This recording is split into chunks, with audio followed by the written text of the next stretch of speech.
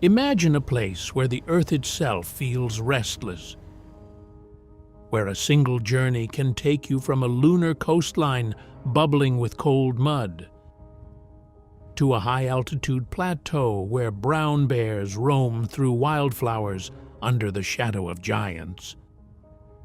A place shaped by collision, by ancient rivers, and by a history that rewrites the timeline of human innovation. That place is Pakistan.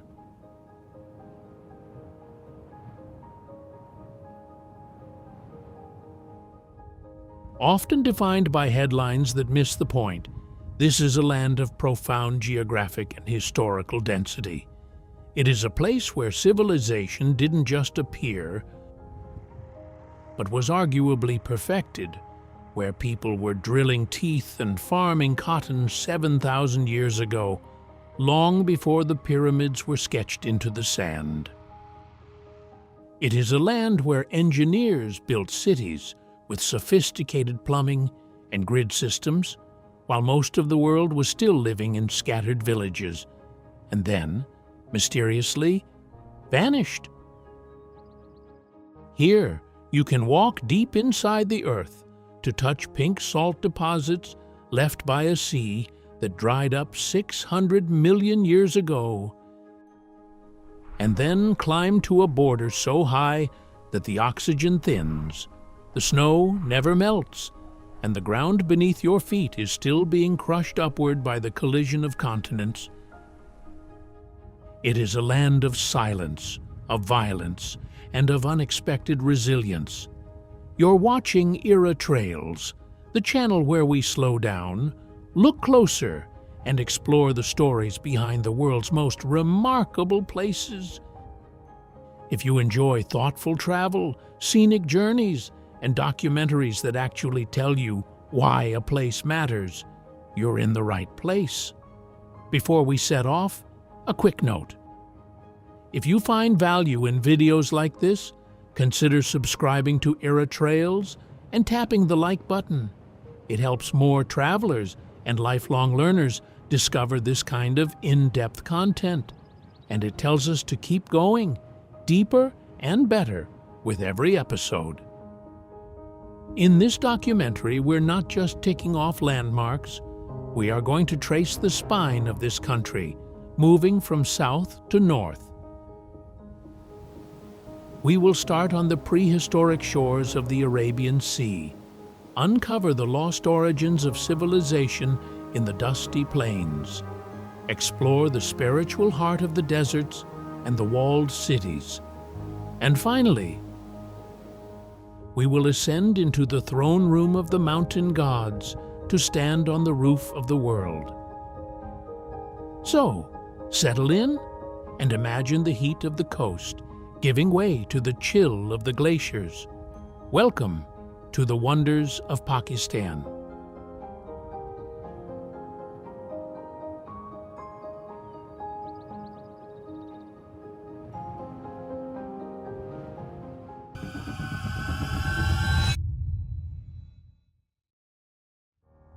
To understand the story of Pakistan, we must begin at the edge where the land meets the ocean. But this is not a coastline of palm trees and gentle tides. This is a raw, prehistoric frontier where the Arabian Sea crashes against a landscape that resembles Mars more than Earth. We begin our journey on the Makran coast. Driving west from Karachi, the city's noise fades into a profound silence. The horizon stretches out, dominated by arid, twisted rock formations that rise from the sand like the backbones of ancient beasts. This is the Hingol National Park, the largest national park in Pakistan, covering over 6,000 square kilometers of desert, estuary, and marine ecosystems. But the true wonder here isn't just the scale, it is the activity. This coast sits directly above a subduction zone where the Arabian Plate is slowly diving beneath the Eurasian Plate. The pressure from this collision doesn't just create mountains, it squeezes the earth until it bursts. Scattered across this lunar landscape are the mud volcanoes of Chandragup. These are not mountains of fire, but of cold, liquid earth. They rise hundreds of feet above the flat plain, their cones perfectly symmetrical. At the summit, there is no lava, only a bubbling, churning pool of cold gray mud and methane gas, pulsing with the rhythm of the tectonic plates deep below. For geologists, these are vents releasing the pressure of the earth. For the traveler standing on the rim, it is a hypnotic, almost unsettling reminder that the ground beneath our feet is not solid, but fluid. Further along the coast, the wind has taken over the work of the tectonic plates. Here stands the Princess of Hope, a towering rock pillar sculpted by centuries of coastal winds into the shape of a woman looking out to sea. Nearby, the Sphinx of Balochistan crouches on a ridge, a natural formation so precise that it is hard to believe it was carved only by the breeze. At first glance, Hingol appears barren. The hills are bleached white and beige, baked by the sun. But if you slow down and look closer, the desert reveals its survivors. This is a landscape of extreme resilience. The Hingol River, the lifeblood of the park, winds through the arid canyons, creating a ribbon of blue and green that sustains life in a place that should be empty. In the brackish waters of the estuary, marsh crocodiles urge themselves onto the muddy banks to bask in the sun. They are ancient residents here, adapted to the fluctuating salinity of the river mouth. Higher up, on the steep, crumbling cliffs, the Sind ibex moves with impossible grace. These wild goats, with their sweeping, scimitar-like horns, navigate vertical rock faces that would terrify a climber. They are joined by the Uriel, a wild sheep native to this rugged terrain, blending perfectly into the stone. The coast itself is a sanctuary. The beaches near Ras Malan and Kund Malir are crucial nesting grounds for green turtles. Under the cover of darkness, these ancient mariners drag themselves out of the Arabian Sea to lay their eggs in the sand, continuing a cycle that predates human history on this coast by millions of years. This land is beautiful, but it is also unforgiving. History here is written in thirst. The Makran coast roughly corresponds to the ancient region of Gedrosia. It is a name that terrified the historians of antiquity. In 325 BCE, Alexander the Great, returning from his campaign in India, chose to march his army across this coastal desert. It was a catastrophic decision. The blistering heat, the lack of water, and the shifting sands decimated his forces. Historians estimate that Alexander lost more men to the Makran Desert than he did in all his battles combined. The soldiers were forced to burn their ornate shields for warmth at night and slaughter their transport animals for blood to drink. Walking through these silent canyons today, you can feel the weight of that suffering. The landscape has not changed. It remains a fortress of nature, a place that tolerates visitors but rarely welcomes them. It serves as a stark reminder that for all of human conquest, there are parts of the earth that simply cannot be tamed. And yet, where armies failed, faith has endured. Hidden deep within a narrow gorge carved by the Hingol River lies one of the most significant spiritual sites in South Asia, Hinglaj Mata. This is no grand temple with golden spires. It is a humble, low cave, tucked beneath a massive overhang of sandstone, but its gravity is immense. According to Hindu mythology, this is a Shakti Pitha, one of the sacred spots where pieces of the goddess Sati's body fell to earth. Hinglaj is said to be the place where her head landed. For millennia, pilgrims have made the arduous journey across the desert to reach this canyon. They call it the Nani Mandir, or Grandmother's Shrine. What makes Hinglaj truly unique to Pakistan is the shared reverence it commands. In a region often defined by borders and divisions, this shrine is a point of convergence. Local Muslim communities have protected and respected the site for centuries, weaving the goddess into their own folklore as a maternal figure, Bibi Nani. Bibi Nani. Every year, during the pilgrimage season, thousands of people dressed in red, the color of the goddess, walk the dusty trails, climb the volcanic cones of Chandragup to offer coconuts to the mud craters, and bathe in the river before entering the cave. It is a profound example of how the land itself can bridge the gap between different worlds. Here, inside the earth, distinct faiths find a common language in reverence for the divine feminine.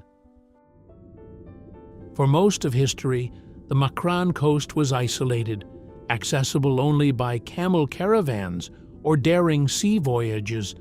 It was a world apart. That changed in 2004 with the completion of the Makran Coastal Highway. This ribbon of asphalt, stretching over 650 kilometers from Karachi to Gwadar, has sliced open the isolation. It is an engineering marvel in its own right, cutting through shifting dunes and bridging seasonal torrents. Today, the highway brings a new kind of traveler. Weekend tourists from the cities now drive out to see the Sphinx and stand on the beaches of Kund Malir. The silence of the Gedrosia is now broken by the sound of engines. This connection brings opportunity, but it also brings fragility. The mud volcanoes, once guarded by distance, are now within easy reach. The nesting beaches of the green turtles face the pressure of human presence. As we stand on the cliffs of Hingol, looking out over the Arabian Sea, we are witnessing a landscape in transition. It is balanced between the deep time of the tectonic plates and the rapid time of modern development. It is a place that asks us to tread lightly, to recognize that we are just the latest in a long line of travelers, from Alexander's desperate legions to the red-clad pilgrims, passing through a land that belongs ultimately only to itself. We travel south, following the ghost of the river, to see what their descendants built when they finally mastered the art of the city. Next, we travel to Mohenjo-Daro.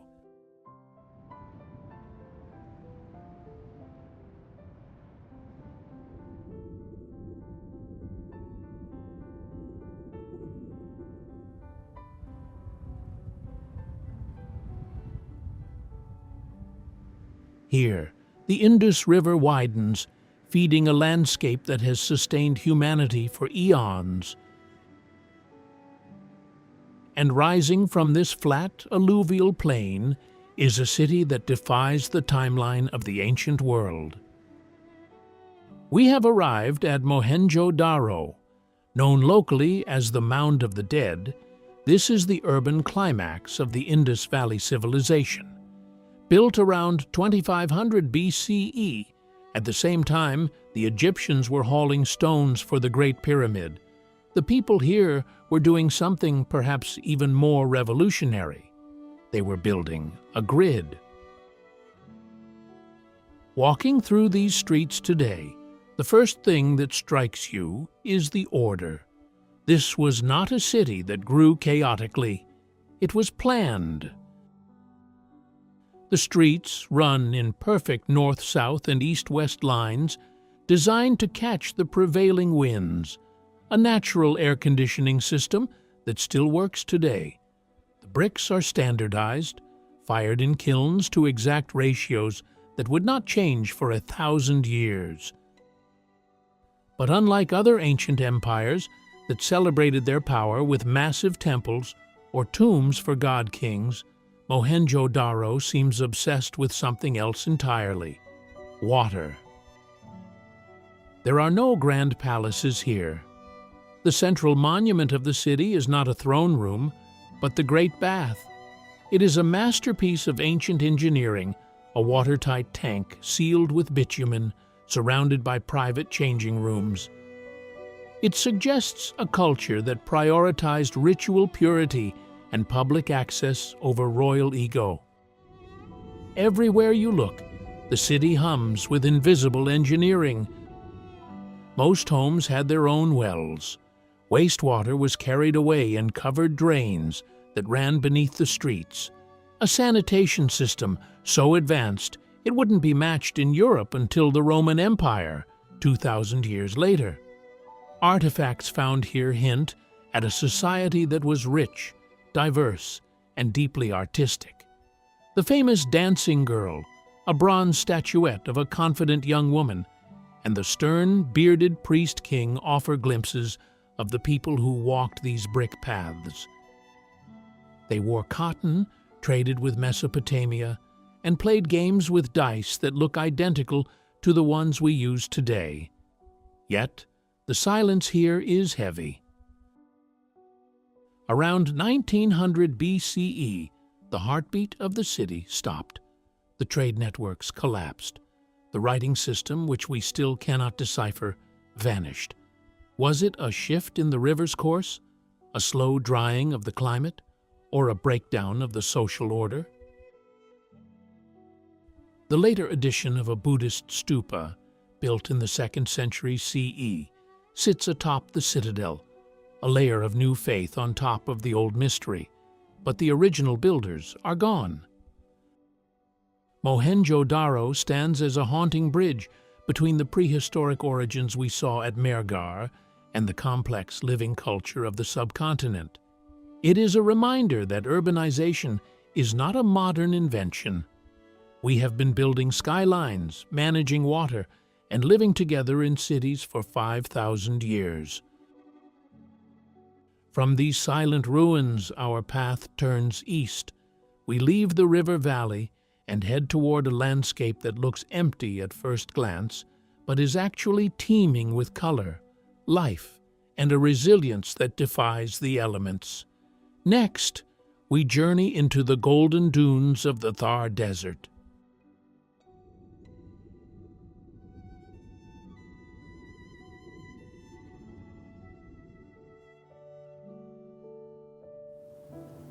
From the silent, ordered brickwork of Mohenjo-Daro, we travel east.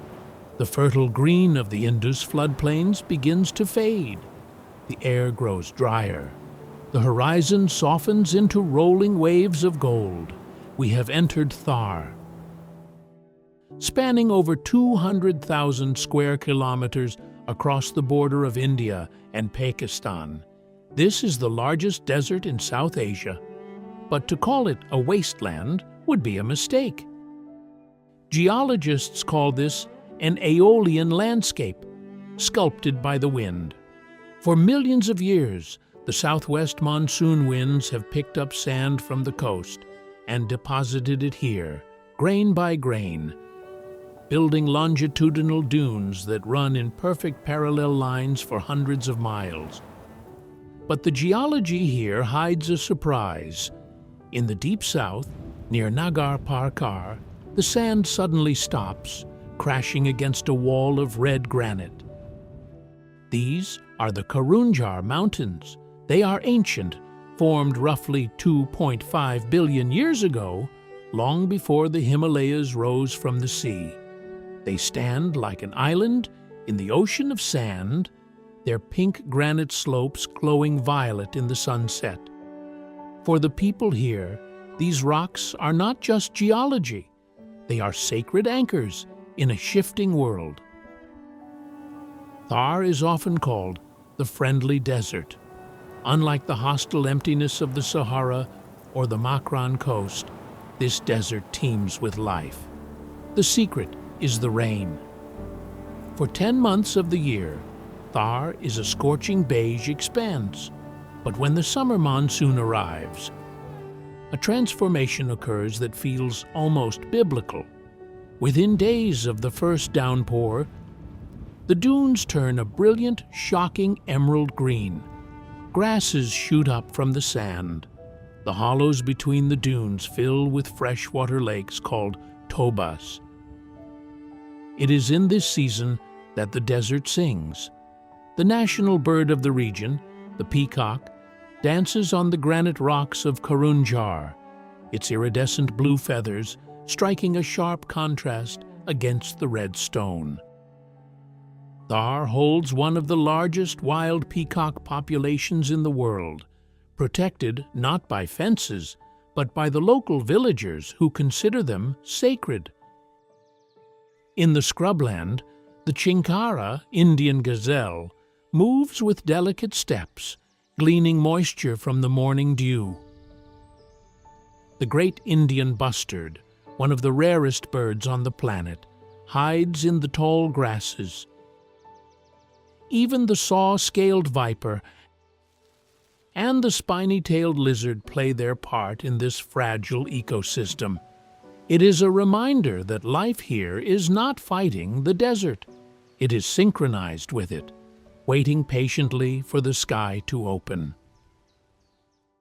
The human story of Thar is written in the faces of its indigenous tribes, the Bil, the Kolhi, and the Megwar. These communities have lived here for millennia, mastering the art of survival in a land where water is more precious than gold. Their lives revolve around the well. In the dry season, women in vibrant embroidered skirts walk miles across the hot sand, balancing terracotta pots on their heads with a grace that defies the harshness of their labor. The rhythmic clinking of their chuda, white bangles, worn all the way up the arm, is the soundtrack of the desert morning. This is a culture of immense resilience. The Bil and Koli are traditionally farmers and herders, dependent entirely on the rain. When the rains fail, they migrate, moving their cattle to the canal-fed lands of the barrage areas. When the rains return, they come home. They are the children of the drought, possessing a deep ancestral knowledge of the land, knowing exactly where to dig for sweet water, which roots are edible, and how to build the shanra, the traditional round mud hut with a conical thatched roof that keeps the interior cool even when the outside temperature hits 50 degrees Celsius. Nowhere in Pakistan is the tapestry of faith as rich or as interwoven as it is in Thar. Here, Hindus and Muslims have lived side by side for centuries, sharing festivals, shrines, and a common Thari identity that transcends dogma. The spiritual anchor of the region lies in Nagar Parkar. Tucked into the folds of the Karunjar Mountains are the remains of spectacular Jain temples built between the 12th and 15th centuries. The Godazar Temple and the Virva Temple stand as masterpieces of classical architecture. Carved from local marble and sandstone, their domes are supported by intricate pillars depicting dancers, musicians, and floral motifs. The Jains, who believe in absolute nonviolence, ahimsa, were once the merchant princes of this region. Though they migrated away centuries ago, their legacy remains in these stone sanctuaries, protected today by the local Muslim and Hindu communities. The culture here is visual. In a landscape of monochrome sand, the people rebel with color. The women wear rilli, patchwork fabric of neon bright reds, yellows, and blues. The music of Thar, made famous by legends like Mai Bagi, is soulful and piercing, echoing the vast distances of the dunes. It is a culture that refuses to be gray. But Thar is changing. Beneath the hooves of the grazing camels and the roots of the desert grass lies one of the largest energy reserves on the planet. Coal. The Thar coal field holds an estimated 175 billion tons of lignite. Enough, theoretically, to power Pakistan for centuries. In recent years, massive open-pit mines and power plants have risen from the sand near Islamkot. For some, this is progress, jobs, electricity, and a road out of poverty. For others, it is a threat to the fragile ecology and the ancient grazing grounds of the tribes. The contrast is jarring. You can stand on a dune and see a bill herder guiding his goats past a colossal cooling tower belching white steam into the blue sky. The challenge for Thar in the 21st century is existential. Can it fuel the nation without destroying the very soul of the friendly desert? As we watch the sun set behind the granite peaks of Karunchar, painting the sky in violent shades of orange and purple, we leave this land of contrasts, of thirst and flood, of silence and song. Our journey now pulls us north. We leave the wilderness for the imperial heart of the country. We are heading to the city of gardens, the city of poets, the cultural capital of Pakistan. Next, we travel to Lahore.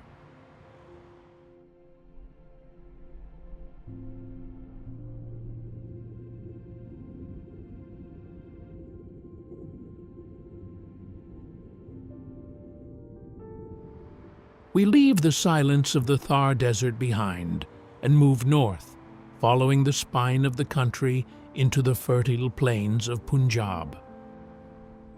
Here, the air changes. It becomes heavier, richer. We are entering the basin of the 5 rivers, the breadbasket of the subcontinent.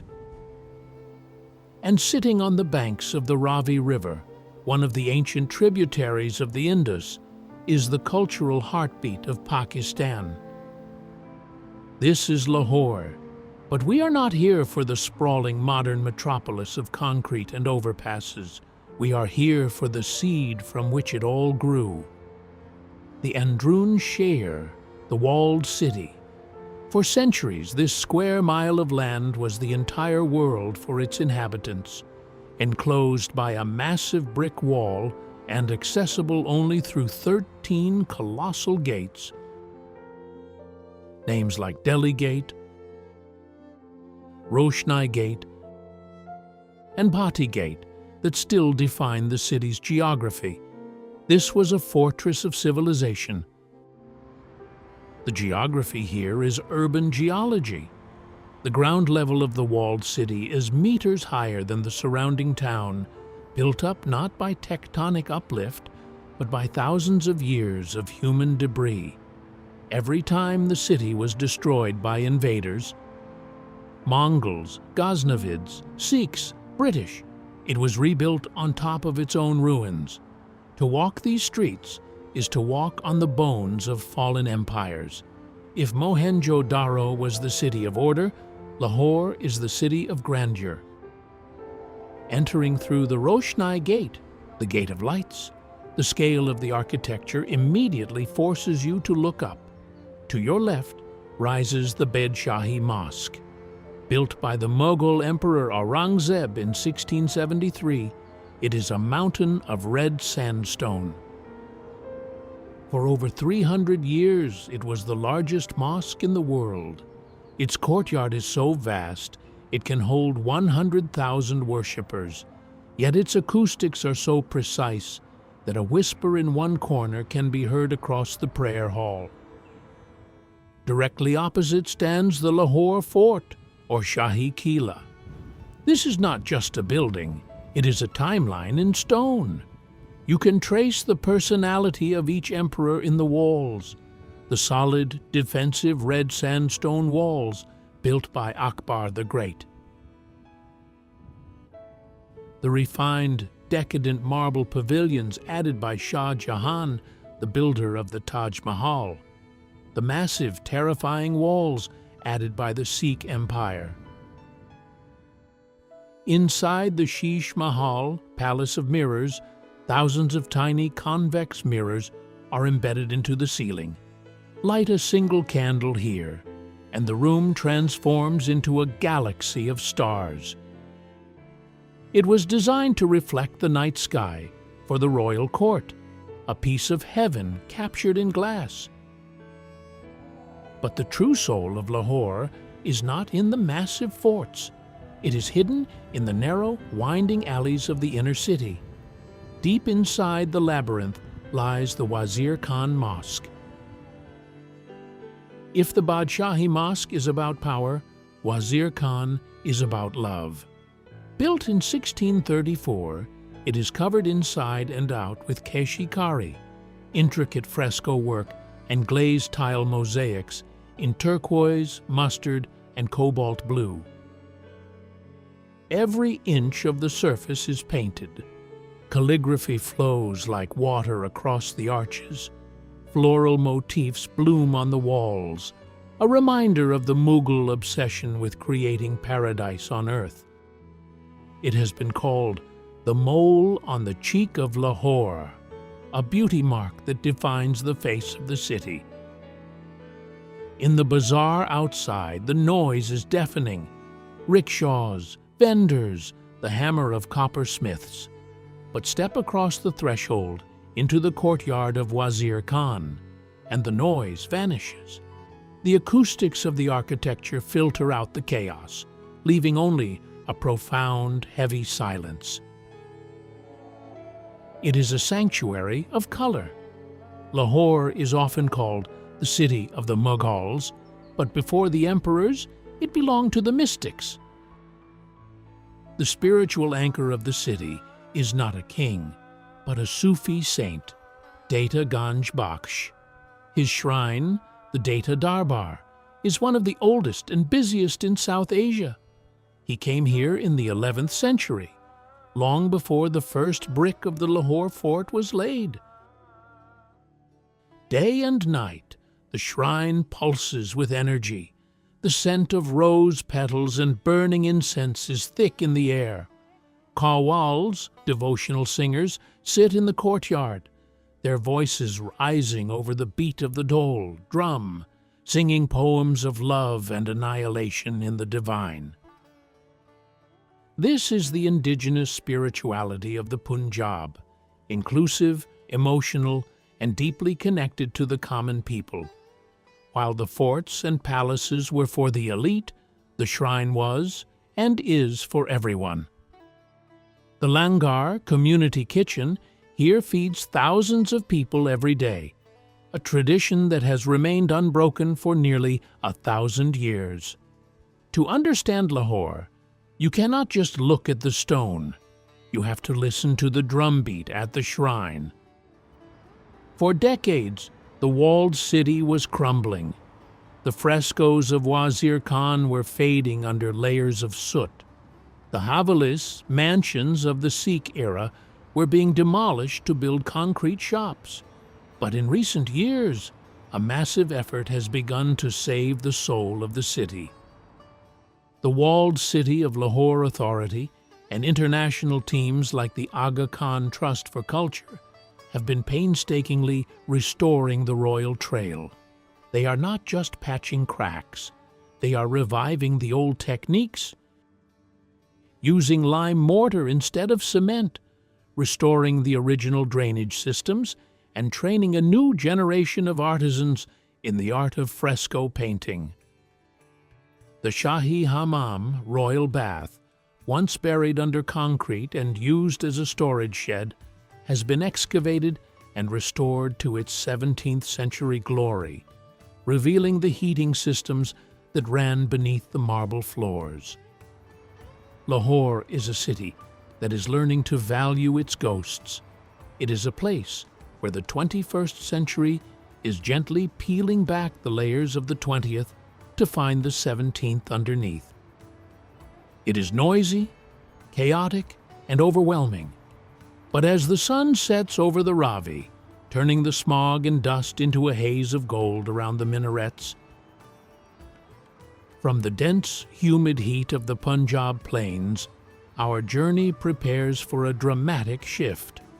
We are about to leave the flatlands behind. We move north, toward the foothills, where the earth begins to buckle and rise. We are heading for the salt that lies beneath the mountains. Next, we travel to the Salt Range and Katas Raj.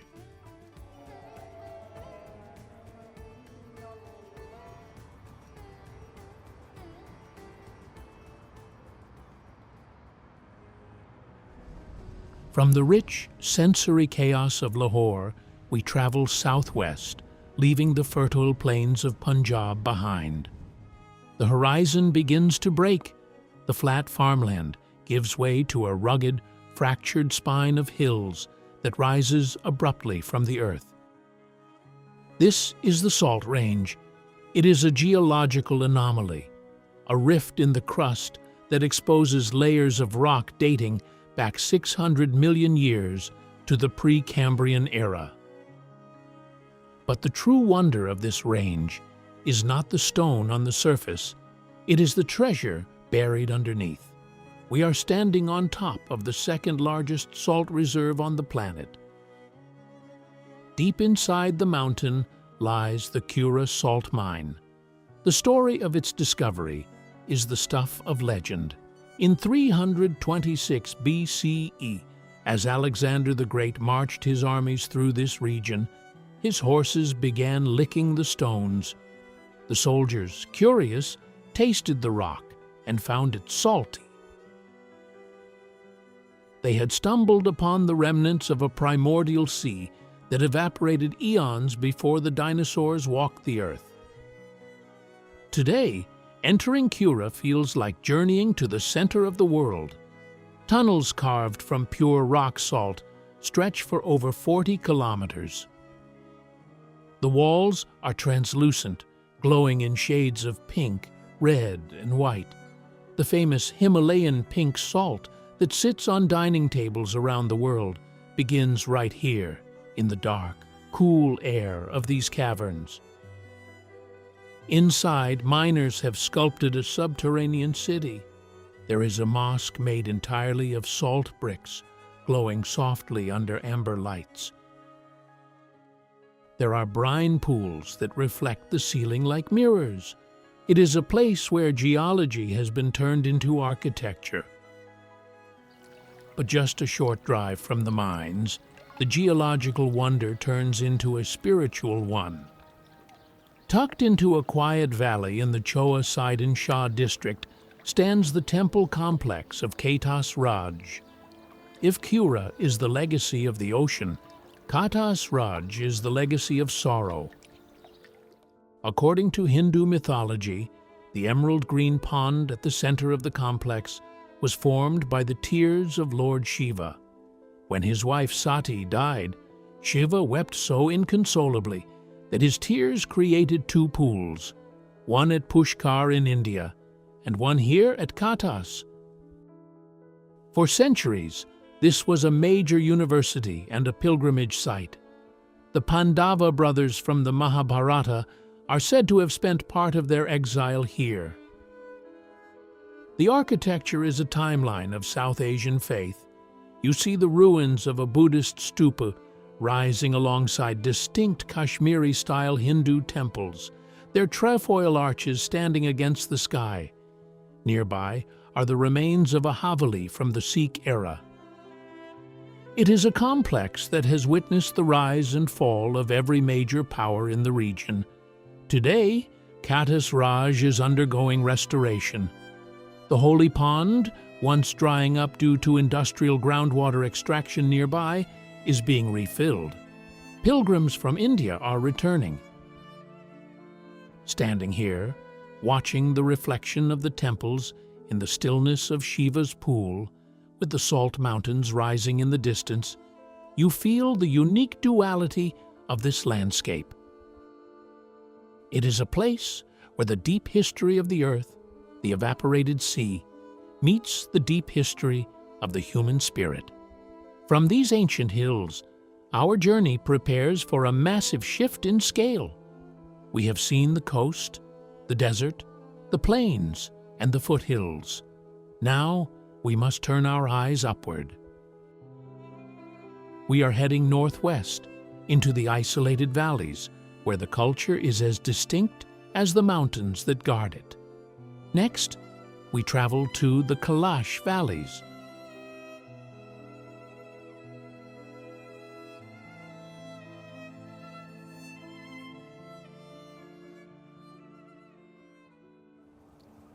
From the salt-crusted hills of the Punjab, our journey takes a sharp turn north. The roads narrow. The mountains grow jagged, dark, and hostile. We are entering the Hindu Kush, a mountain range that has historically been the final barrier for armies invading from Central Asia. Tucked deep within these formidable peaks, near the border of Afghanistan, lie three narrow gashes in the earth: Bumburay, Rumbur, and Birir. These are the Kailash valleys. Geographically, they are a fortress. For centuries, the steep passes and treacherous gorges kept the outside world at bay. The road to get here is still a test of nerves, a narrow track carved into the cliffside, with the roaring Chitral River far below. It is this isolation that saved them. While the rest of the region converted to Islam over 1,000 years ago, these three valleys remained a stubborn island of an ancient, distinct faith.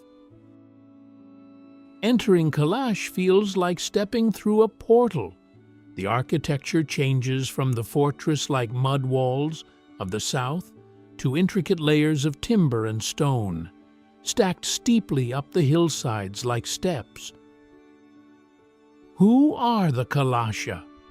For decades, the Romantic answer was that they were the descendants of Alexander the Great. The legend goes that a detachment of his weary soldiers, unable to cross the mountains, stayed behind, took local wives, and founded this lost tribe. It is a story that has drawn anthropologists and curious travelers for a century. And looking at the Kailasha, often fair-skinned, light-eyed, and distinct from their neighbors, it is easy to believe. But genetics tells a deeper, perhaps more fascinating story.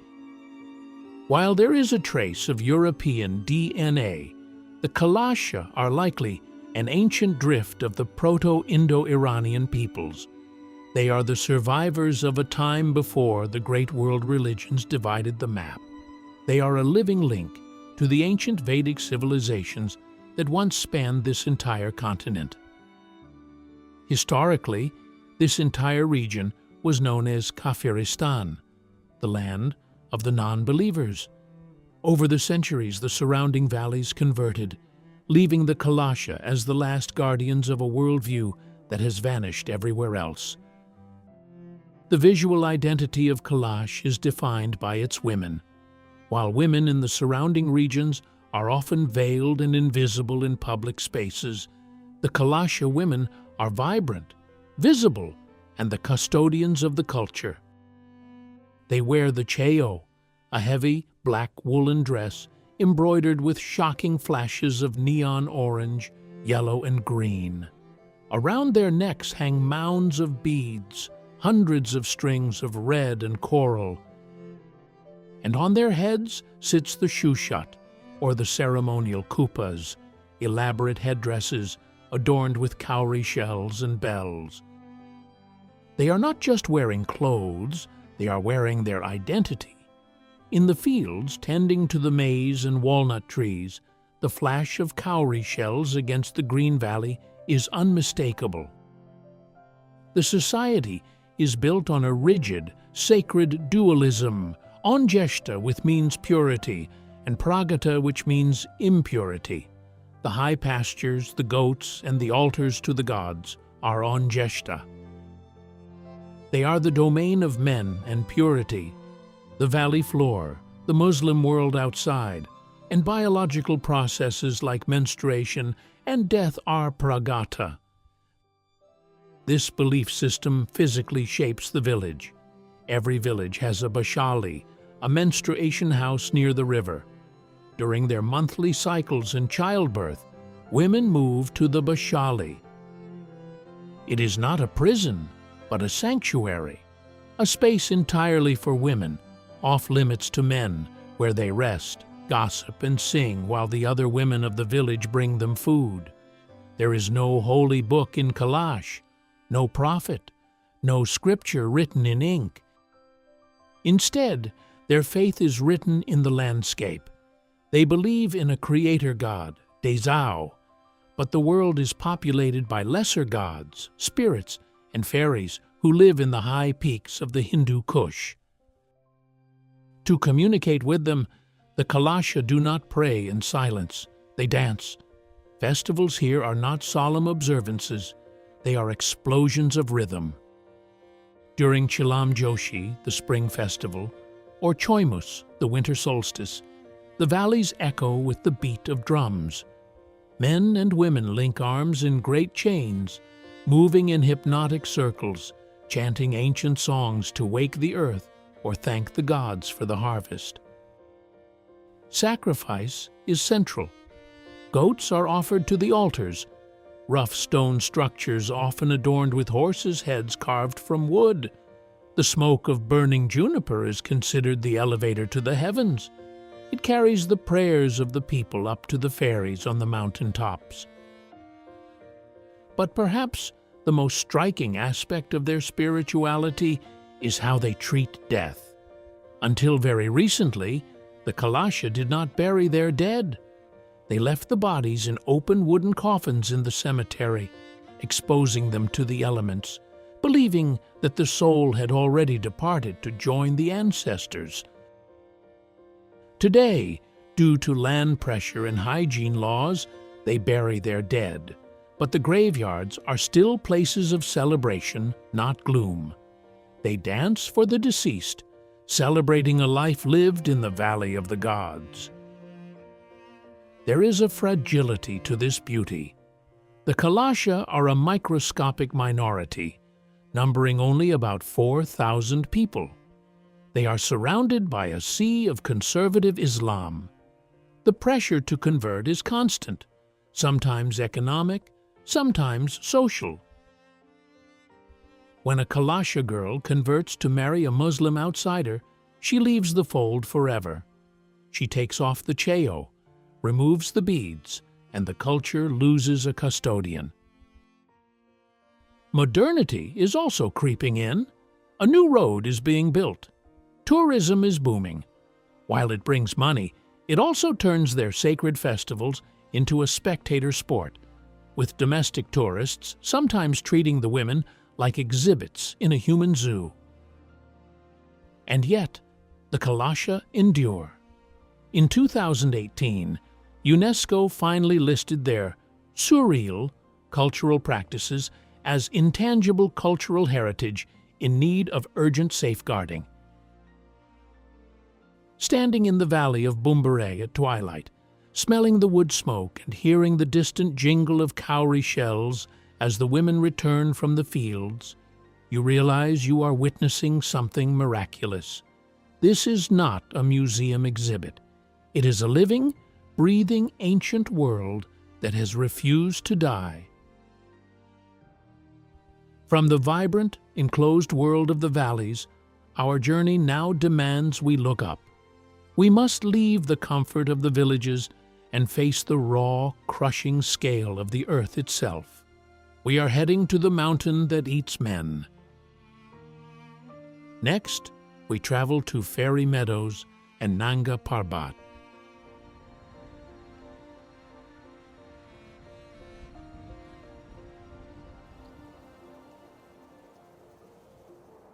From the enclosed, vibrant valleys of the Kailash, we move east, deeper into the collision zone where the Earth stops being a landscape and becomes a wall.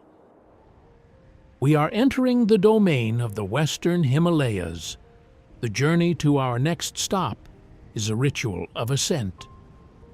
It begins on the Karakoram Highway, the artery of the north, before turning onto a narrow gravel scar carved into the cliffside. This is the road to Tatu village, often cited as one of the most dangerous roads in the world. It is a terrifying, suspension-testing climb where the jeep tires flirt with a sheer drop of thousands of feet into the Indus Gorge below. But the fear is a toll you pay for the reveal.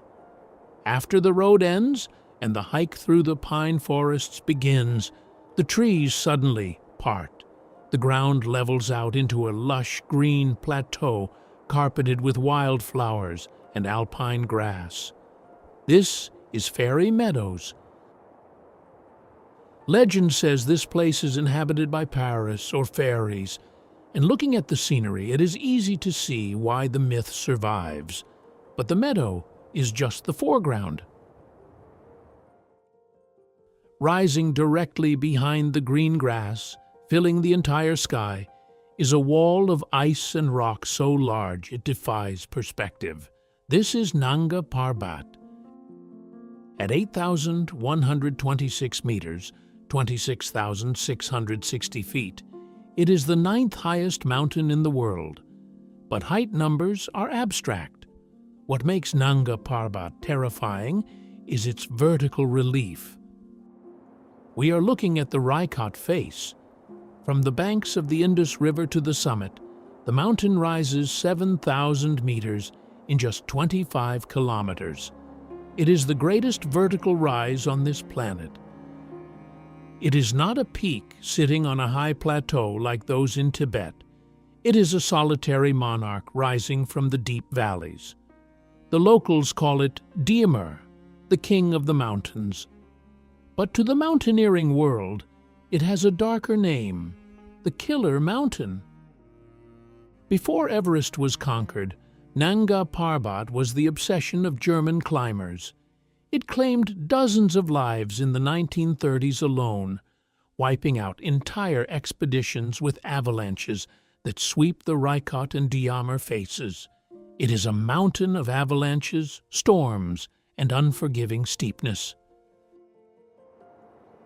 Standing in the safety of Fairy Meadows, warming your hands by a campfire while the Milky Way spins above the summit, the contrast is visceral. You are in a soft, gentle idyll, a place of grazing horses and silence, while just a few kilometers away, the environment is hostile to all life. Geologically, this is ground zero. Nanga Parbat is growing. It is being squeezed upward by the collision of the Indian and Eurasian plates faster than almost any other mountain on Earth, rising nearly 7 millimeters a year. It is a young, violent mountain, still shedding the rock that tries to hold it down. Here, the scale of Pakistan's north hits you physically. You realize that you are no longer in the world of hills or ranges. You are in the throne room of the giants. And this is just the beginning of the high country. From the lush green of the meadow, we must climb even higher, crossing into a landscape that feels like the roof of the world, a place where the bears roam and the trees disappear entirely. Next, we travel to Diosai National Park.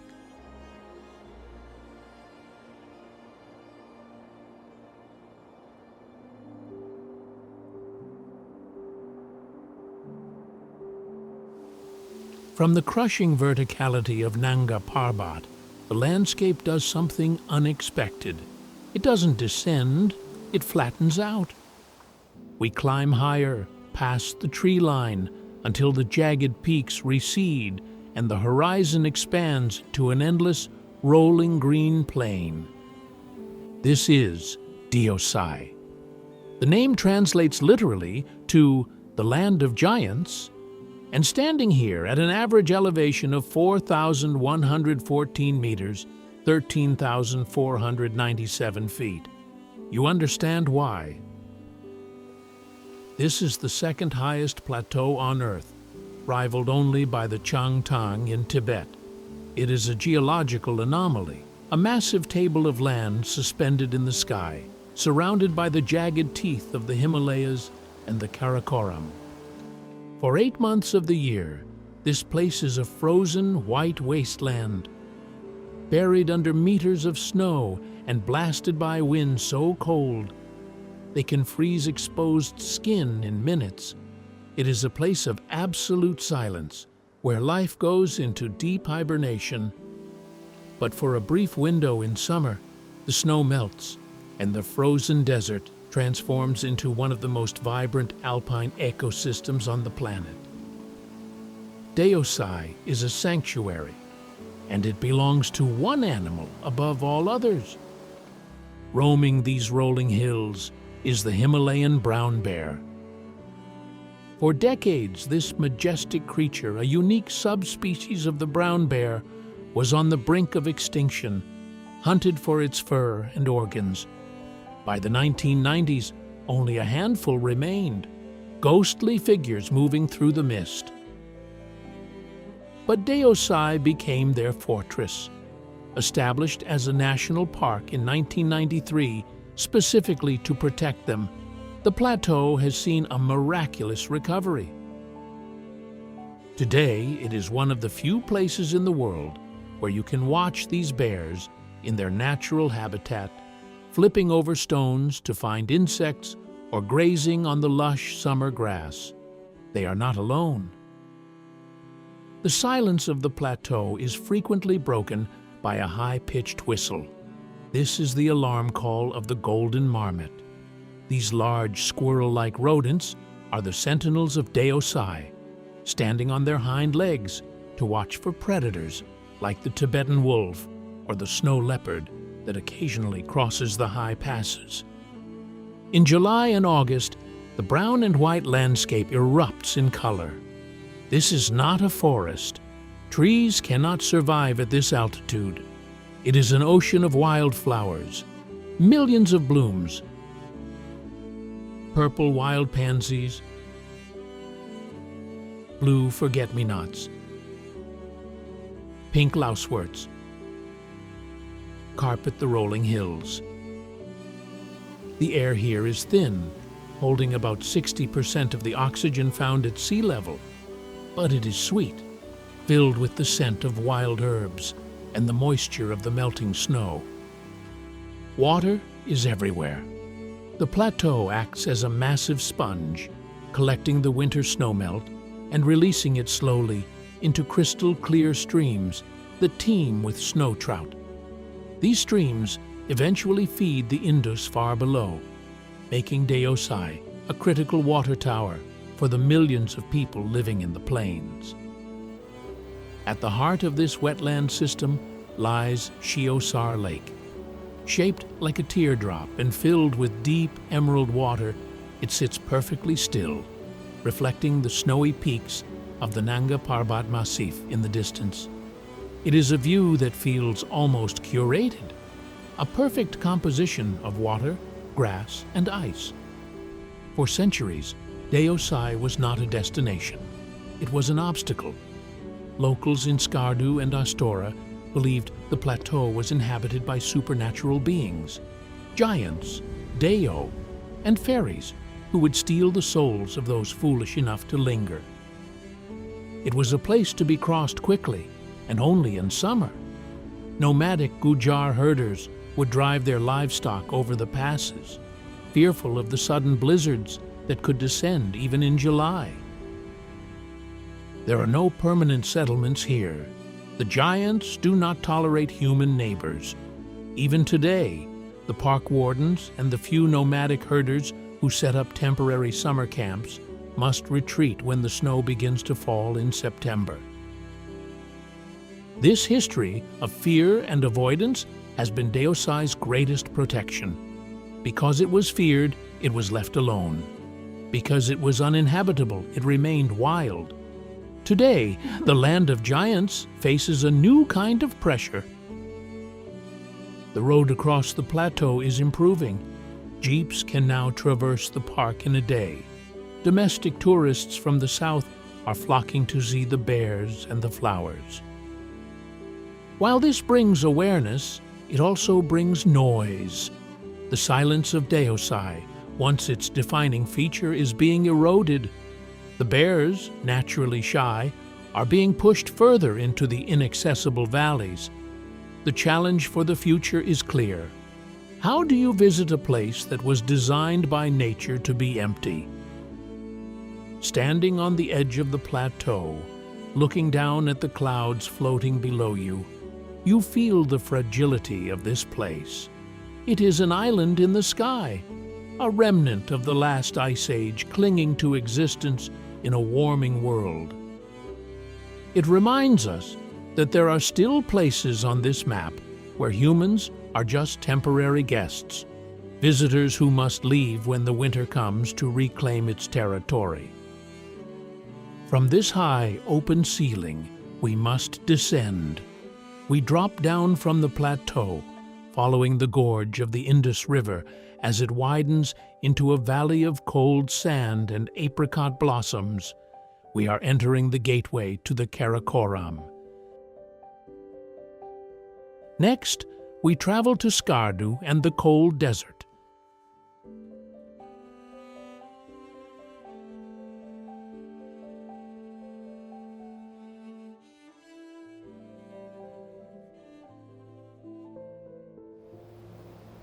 From the high, suspended table of Deosai, we descend.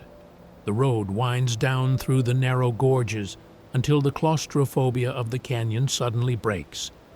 The mountains pull back, revealing a valley floor so wide it feels like a dried-up ocean bed. This is Skardu. Sitting at an elevation of nearly 2,500 meters, 8,200 feet, this valley is the confluence of giants. Here, the Indus River, gray and heavy with silt, meets the Shigar River, glistening turquoise with glacial melt. They merge at the foot of the Karakoram. Geography here is a study in contradiction. You are standing in a high-altitude basin surrounded by snow-capped peaks that rise to 8,000 meters, yet the ground beneath your feet is fine, powdery sand. It is a landscape that refuses to choose a biome. Is it a desert? Is it an alpine valley? Is it a river delta? In Skardu, it is all of them at once. The wind whips the sand into dust devils that dance across the riverbanks, framing the jagged silhouette of the mountains in a golden haze. Drive just a few kilometers from the town center, and you encounter one of the strangest geological phenomena in the world, the Katpana Desert. These are not the hot, blistering dunes of the Thar or the Sahara. These are the highest cold desert dunes in the world. In winter, these dunes are often covered in snow. The visual impact is jarring. White snow sitting on top of golden sand, with black granite mountains rising in the background. It looks like a glitch in the simulation of the Earth. This sand is the gift of the glaciers. Over millions of years, the grinding ice of the Karakoram pulverized the rock into fine flour. The Indus River carried it down, and when the river receded in winter, the relentless wind sculpted it into these shifting hills. Walking here at twilight, the temperature drops rapidly. The sand is cold to the touch. It is a place of profound silence, broken only by the sound of the wind reshaping the dunes, grain by grain. For centuries, Skardu was not known as part of Pakistan or even India. It was Baltistan, often called Little Tibet. The connection is not just geographic, it is genetic and linguistic. The Balti people speak a language that belongs to the Tibetic family. Their faces, their architecture, and their history look east, toward Lhasa, rather than south toward Delhi. Before Islam arrived in the 14th century, this was a Buddhist stronghold, and the evidence is still carved into the rock. Just off the main road, hidden near a village, stands the Manthal Buddha Rock. It is a massive granite boulder carved in the 8th century with the image of a meditating Buddha surrounded by smaller bodhisattvas. For over 1,000 years, this silent figure has watched the valley change. The carvings are intricate, distinct from the Gandharan art of the south. They are Tibetan in style, even though the population is now devoutly Muslim. This rock is protected and respected, a reminder of the deep, layered spiritual ancestry of the Balti people. Skardu is the capital of the Balti culture, a society forged by the harshness of high-altitude living. The architecture here is designed to survive the winter. Traditional houses are built of stone and timber, with flat roofs used for drying apricots in the summer sun. Apricots are the gold of Baltistan. In summer, the valley glows orange as millions of apricots are laid out on rocks, roofs, and fields to dry. They are the staple of the winter diet, eaten with the kernel, which tastes like almond. But the defining role of the Balti men in modern history has been that of the high-altitude porter. Skardu is the gateway to K2, the second highest mountain on Earth. Every expedition that attempts to climb the savage mountain starts here. And it is the Balti porters, men of immense physical resilience and lung capacity, who carry the loads, fix the ropes, and often rescue the foreign climbers who get into trouble in the death zone. They are the unsung heroes of mountaineering history. To walk through the bazaars of Skardu is to walk among men who have stood on top of the world more times than any famous Western alpinist. For decades, Skardu was hard to reach. The road was treacherous, and flights were canceled if a single cloud appeared in the valley. Now, with better roads and an international airport, the world has found Little Tibet. Hotels are rising on the banks of the Indus, the upper Kachura Lake, and the famous Shangri-La Resort, built around a crashed airplane fuselage, are teeming with visitors. The isolation that preserved the Balti culture and the pristine silence of the cold desert is eroding. The challenge for Skardu is how to welcome the world without losing the quiet dignity that defines it. As we stand on the banks of the Indus, watching the sun slip behind the Karakoram, turning the river into a ribbon of molten silver, we feel the weight of this transition. From this wide, sandy valley, our journey must now squeeze through one final, narrow corridor. We are heading to the valley that became a legend, a place of longevity, stone forts, and mountains that are too beautiful to be real. Next, we travel to the Hunza Valley.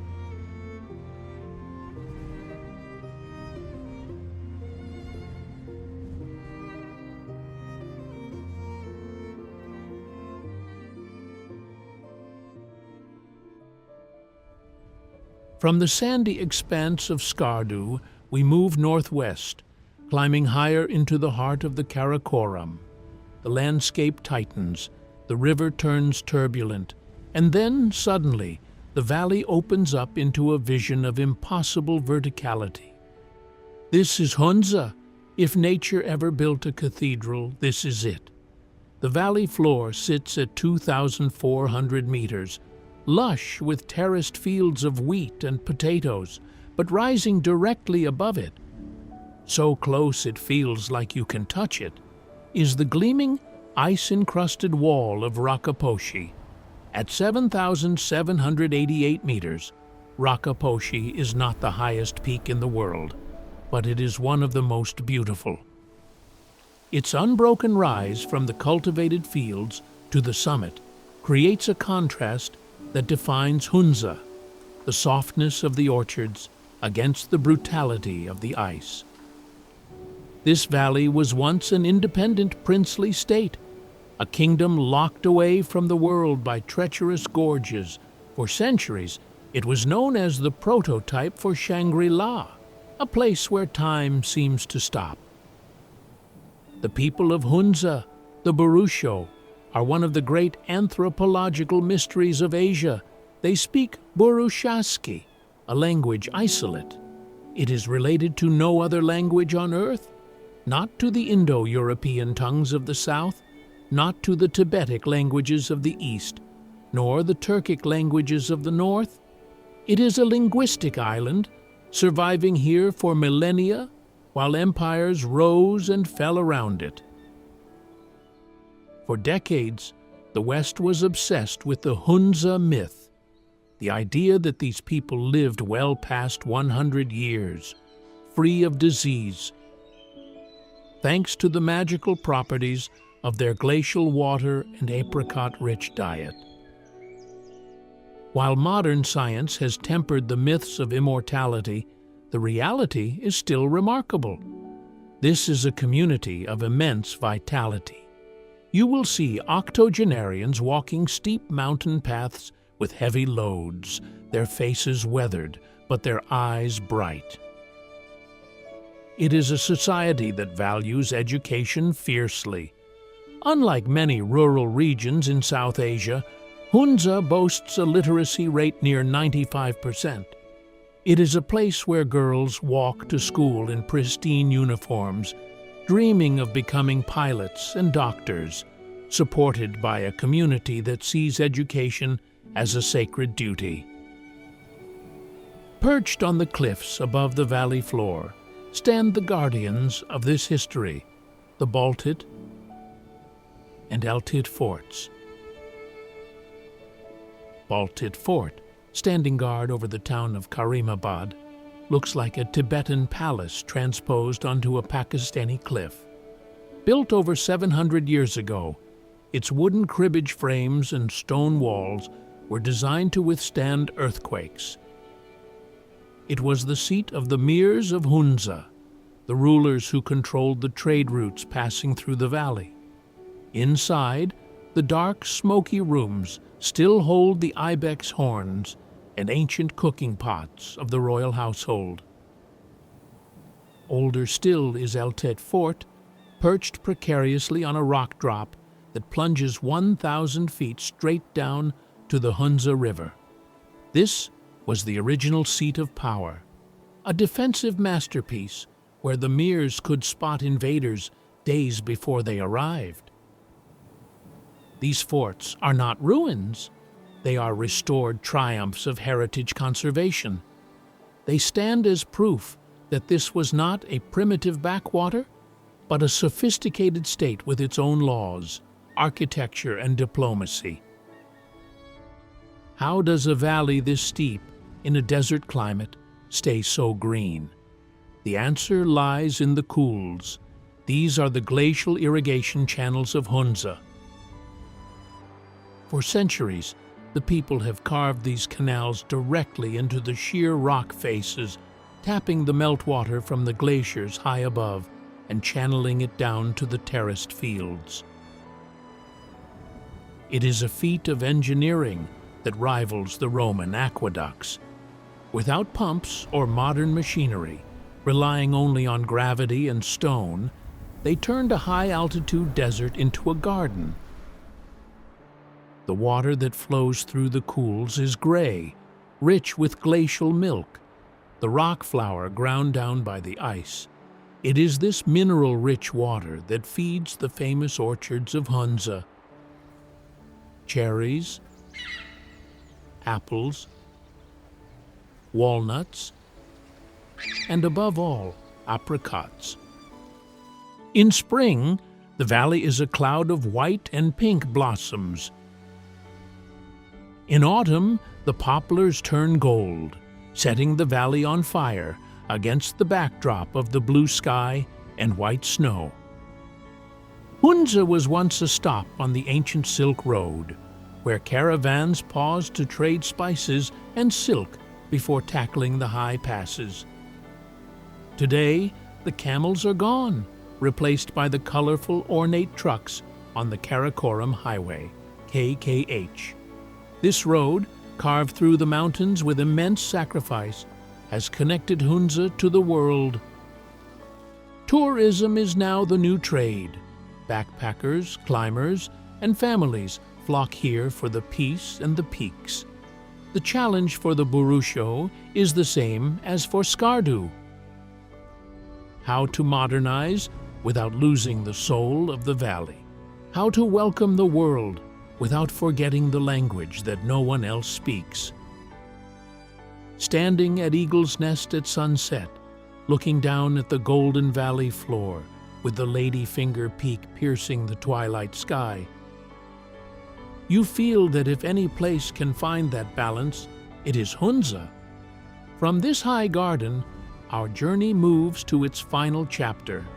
We must push north, to the very edge of the map, to the place where the road ends and the glaciers begin.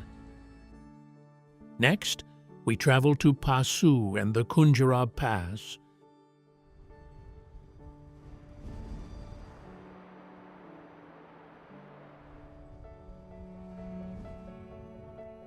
From the hanging gardens of Hunza, the Karakoram Highway pushes further north into a landscape that feels increasingly brittle and vertical.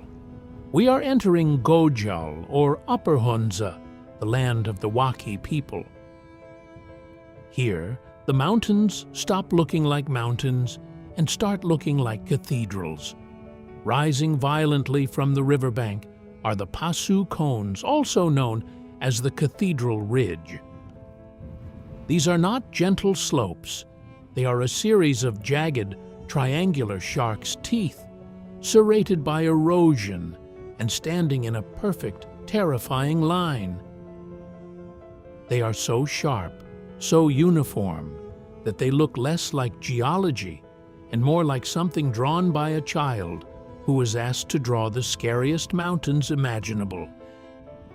This is the raw geology of the collision zone. You are looking at the physical wreckage of the Indian plate smashing into Eurasia. The earth here is folded, buckled, and thrust upward into spires that catch the last light of the sun, long after the valley is dark. The people here, the Waki, have adapted to this vertical world with a quiet resilience. Unlike the Burusho of central Hunza, they are historically herders of yaks and Bactrian camels, moving their animals between high summer pastures and the valley floor. Their music is slower, deeper, often played on the gajiks, a Tibetan-style guitar, reflecting the vast, lonely spaces of the high Pamirs. As we drive past the mirrored waters of Atabad Lake, a turquoise beauty born from a tragic landslide in 2010, the air begins to thin. The trees disappear entirely. The landscape turns into a high-altitude desert of rock and ice. We are approaching the finale. The road climbs steadily, winding through the Khunjerab National Park. This is the last sanctuary of the snow leopard and the Himalayan ibex. If you are lucky, you might see a Marco Polo sheep with its spiraling horns standing on a ridge, watching the trucks groan up the asphalt. Finally, the road flattens out. The jagged peaks recede into a wide, snowy bowl. We have reached Khunjerab Pass at 4,693 meters, 15,397 feet. This is the highest paved international border crossing in the world. The air here is thin and biting cold, even in summer. Standing at the massive stone gateway that marks the border between Pakistan and China, the silence is absolute. There is no chaos here, no bustling markets, just the wind, the snow, and the silent, imposing presence of the two nations meeting at the roof of the world. On the other side lies Xinjiang. Behind us lies the long, winding spine of Pakistan. It is a place that feels like the end of the earth, and in a way it is. We have traveled from the warm, mud volcano coast of the Arabian Sea, through the dust of ancient civilizations, across the deserts, through the fertile plains, up the foothills, and into the throne room of the mountains. We have traced the entire nervous system of the country.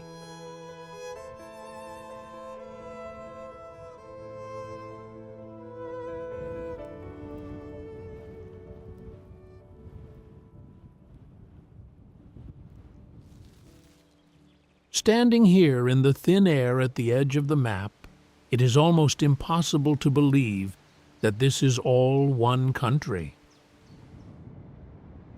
If you trace a line south from this snowy pass, back to where the warm ocean meets the desert, the map of Pakistan transforms into a timeline of the Earth itself. We have traveled through the zipper where continents collided. We have walked the mud streets of Mehrgarh, where the first seeds of civilization were sown 9,000 years ago. We have stood in the silence of the Thar desert, listened to the Sufi drums in Lahore, touched the salt of a prehistoric sea, and danced with the Kalasha in their hidden valleys. We have looked up at the Killer Mountain, walked across the roof of the world in Deosai, and ended here at the highest paved border on Earth. Pakistan is often defined by the world through a very narrow lens, but when you slow down, when you look closer, you see something else entirely. You see a land of extremes, of blinding heat and freezing ice, of barren rock and lush orchards, of ancient silence and chaotic life. You see a place that has survived empires, invasions, and the violent crushing of tectonic plates, and yet still offers a hand of hospitality to the stranger. The world is full of places we think we know, until we actually go there. If this journey has shifted your perspective, if it helped you see this country not just as a headline, but as a rich, complex, and beautiful home to millions, then we have done our job. By liking this video and subscribing to Era Trails, you aren't just supporting a channel. You are voting for travel that chooses depth over hype and understanding over judgment. You help us keep these stories alive, and you help us reach the next corner of the globe that deserves to be seen. Thank you for traveling with us. Take care of the places that take care of you. We hope to see you on the next trail.